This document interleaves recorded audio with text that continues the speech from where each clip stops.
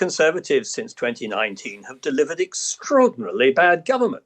Firstly, they put their faith in a charlatan, a pathological liar, who showed by his actions over his period in office that he was completely unfit to lead the country. So that's bound to have dented public confidence in the Conservative brand. They then followed it up with a prime minister who lasted, I think, 49 days and pursued an economic policy that was ideological and completely reckless and founded in front of the international money markets, which for a Conservative government to achieve is a pretty spectacular own goal. Dominic, you were thrown out of the Conservative Party when over Brexit, which lots of people might think actually the pursuit of Brexit, throwing everything up in the air, breaking up institutions, not being totally clear where you're going is a slightly unconservative thing to do. So were you being the Conservative or was Boris Johnson being the Conservative at that moment?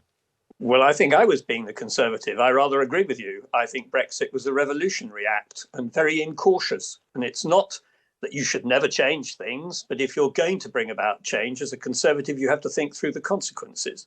And those who promoted Brexit did not think through the consequences of what they were doing.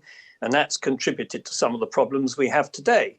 It's also right to say that Boris Johnson threw me out of the Conservative Party because I opposed the prorogation of Parliament, which he was carrying out with the intention of trying to achieve a no-deal Brexit. The prorogation was unlawful, as we then discovered. It was also unconstitutional, and the intention to take us out with no deal was completely reckless.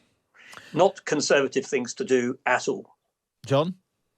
Well, Dominic's right about the common goods, and Disraeli talked about the elevation of the people. That's always been central to the Conservative mission. But the other thing is the national interest.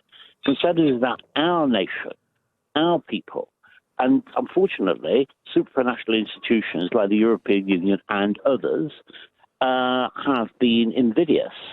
And because they have certainly in pursuit of their kind of dreamlike globalist goals, we've sacrificed the national interest of the British people. So this is because of a gulf between the liberal elite and their preoccupations and the sentiments of ordinary, hardworking, patriotic Britons. And that was given life in the referendum when, in the referendum, people said we've had enough of this liberal establishment dictating to us. We're going to say what we think, and we believe in our country and its future, not in these supranational bodies. But John, isn't there something interesting about the Conservative Party, or at least part of it, pitching itself against the establishment, against the elite, when the truth is the Conservative Party have dominated most national institutions and the government for such a long time? To say that it was a sort of uprising against the established elite, when you look at the fact that the Conservatives were the elite, they were running the country, they were part of those institutions. It's sort of, as a result, you're sort of eating yourselves. Well, no, because there was a big realignment. What the 16 referendum represented was a political realignment, where the Brexit campaign support and supplemented and indeed reinforced by the 19 general election meant that large sections of Britain who hadn't previously voted Conservative did. And so what happened was the gulf between a liberal left elite, you see it in many of our institutions. The media is a good example, present company accepted, of course, because you're a very even-handed and fair-minded man. But the media is a good example, were worlds apart from the preoccupations and sentiments of working people. And the Tory party's got to lean into that realignment and recognise it speaks for those hard-working, law-abiding patriots, not for that detached, privileged group of people who don't share their instincts. So is Rishi Sunak, by that definition, is Rishi Sunak a Conservative, John? Well, that's the question for him, not for me, isn't it? Well, do you think he's living by your definition of a Conservative? I think Rishi Sunak, I hope Rishi Sunak understands what I've just said. No, I know, but John, do you think he's living by, is he operating by what your definition of a Conservative is? Well, let me tell you one good thing, one bad thing.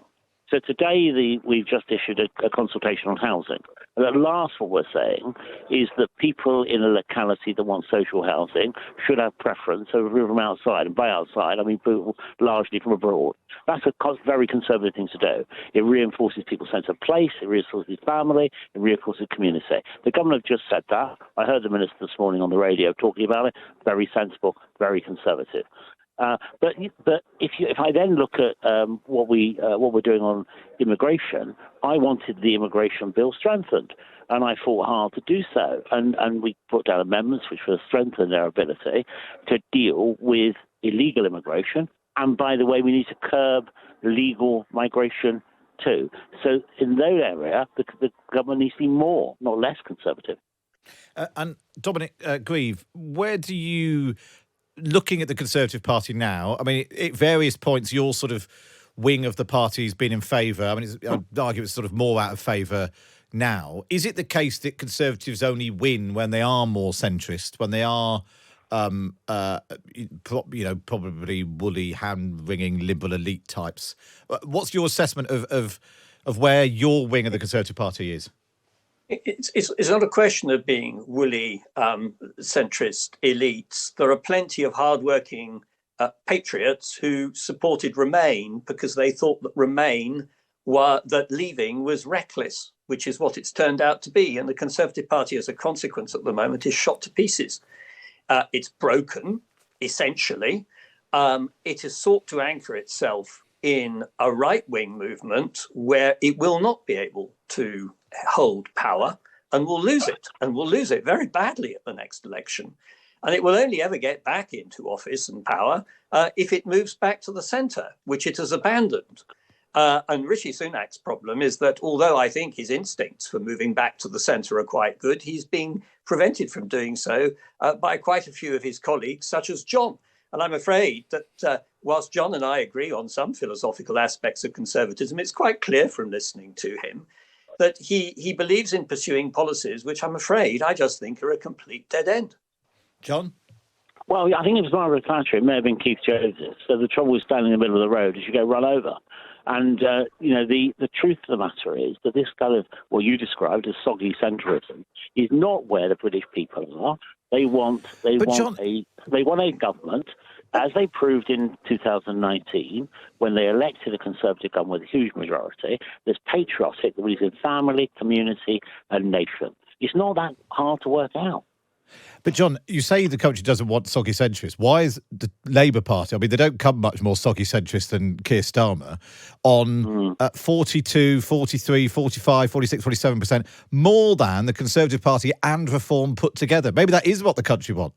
No, because if you look at those polls in more detail, people are very uncertain about Labour, but they're frustrated by not having what they perceive as a conservative enough option. Now, I think the Conservative Party's still got an opportunity to be that option, but it needs to get its act together over the next 9 months. We need to deal with illegal immigration, crack down on illegal migration, get tougher on public order and crime and punishment, and be a patriotic party that stands both for the common good and for the national interest. I'll tell you what, ultimately, there's a difference, isn't it, between people on the right being increasingly cross, being more cross, and there being more people on the right. Yeah, I think that's true, but let's just examine the facts. So there is a thing in politics called the common ground, and the common ground isn't the centre ground. There is a general consensus around the need to control immigration and to do so very tightly. People are fed up with the idea that we can increase our population in net terms, in net immigration terms, by 1.4 million in 2 years. That's unsustainable, and people know it's unsustainable. So that's a good example of where the common ground is very different to what once was described as the centre ground. People just want the Conservatives to be conservative, and that's why they voted in 2019. On this polling, all we need to do to win is to re-establish the coalition of voters that voted in 2019. We don't need any more people from the left. We don't need the kind of bourgeois liberal elite that I described. We just need that group to reassemble. And actually, we don't need all of it. We need about 80 or 90% of it to win a majority. So that's the mission of the Conservative Party, as I said, described before, to lean into that realignment rather than clamour for voters that are never going to vote for us or actually try to appease them. I don't want to appease the people who don't believe in conservatism. I want to satisfy the people who do. Dominic Grieve, you're smiling.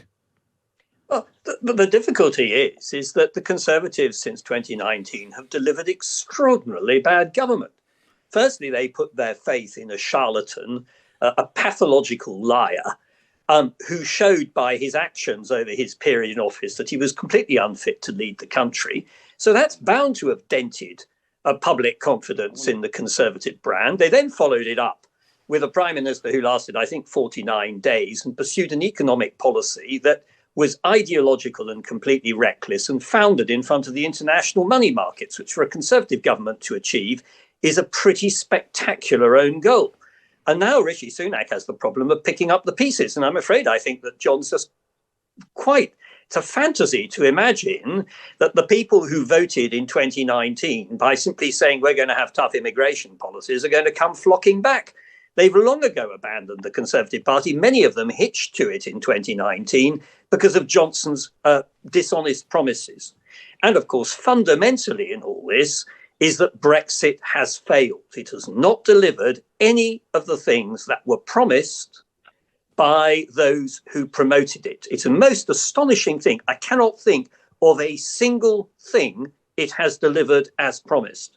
And so people are bound to be very disappointed. I fear, actually, we could have anybody leading the Conservative Party at the moment. I fear that time is probably up.